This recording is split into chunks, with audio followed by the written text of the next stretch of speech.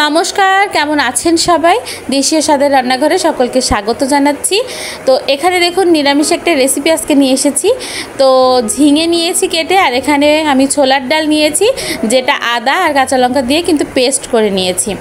এখন এই ছোলার ডালটা আমি কিন্তু শুধুমাত্র 2 থেকে 3 ঘন্টা ভিজিয়ে রেখেছিলাম যাতে সুন্দর করে পেস্ট হয়।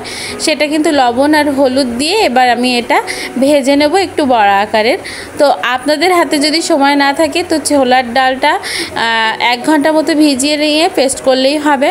তো দেখুন এখানে কিন্তু আমি এইগুলো বড় আকারের ভেজে নিচ্ছি। এই যে ডালটা পেস্ট করেছিলাম সেটা এইভাবে বড় আকারের প্রথমে ভালো করে ব্রাউন করে ভেজে উঠিয়ে নিতে হবে এভাবে। এটা কিন্তু আপনারা সন্ধ্যা স্ন্যাক্স হিসেবেও খেতে পারেন। নিরামিষ যেদিন রান্না করি সেদিন বুঝতেই পারি না যে কী রান্না করব, তো এটা কিন্তু আপনাদের জন্য ভালো একটা অপশান। তো দেখুন ঝিঙেটা হলুদ আর লবণ দিয়ে সুন্দর করে ভেজে কিন্তু আমি উঠিয়ে নেব। এই ঝিঙেটা অবশ্যই জালি ঝিঙে হতে হবে, মানে একদম টাটকা। আপনারা বাজার থেকে কিনে আনার সময় অবশ্যই দেখে নিয়ে আসবেন। এখন আমি আলু দিয়ে দিচ্ছি, সেটাও হলুদ আর লবণ দিয়ে ভেজে উঠিয়ে নেব।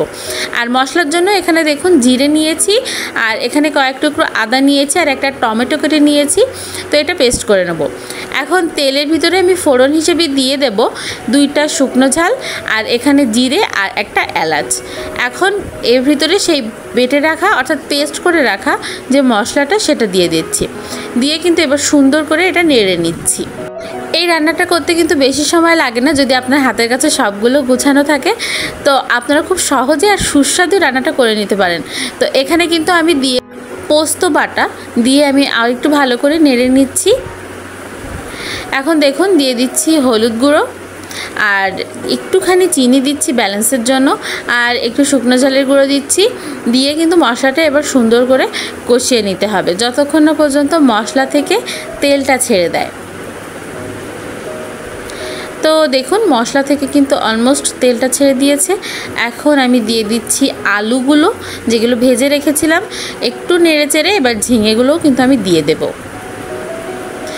এই রান্নাটার ক্ষেত্রে পোস্তটা কিন্তু কোনোভাবেই অ্যাভয়েড করা যাবে না, অবশ্যই পোস্ত দিতে হবে, তাহলে কিন্তু সেম স্বাদ আপনারা পাবেন না। তো দেখুন সুন্দর করে নেড়েচেড়ে নিচ্ছি।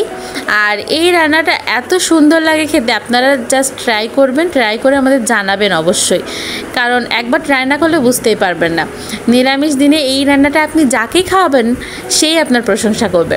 তো দেখুন ফুটে উঠেছে। এখন এর ভিতরে কিন্তু যে ভেজে রাখা ডালের বড়াগুলো সেগুলো দিয়ে দিচ্ছি, দিয়ে আমি কিন্তু ঢেকে আবার এটাকে জাস্ট একটু নামানোর আগে গরম মশলা গুঁড়ো দিয়ে নামিয়ে নেব। এটাই কিন্তু আর কিচ্ছু না।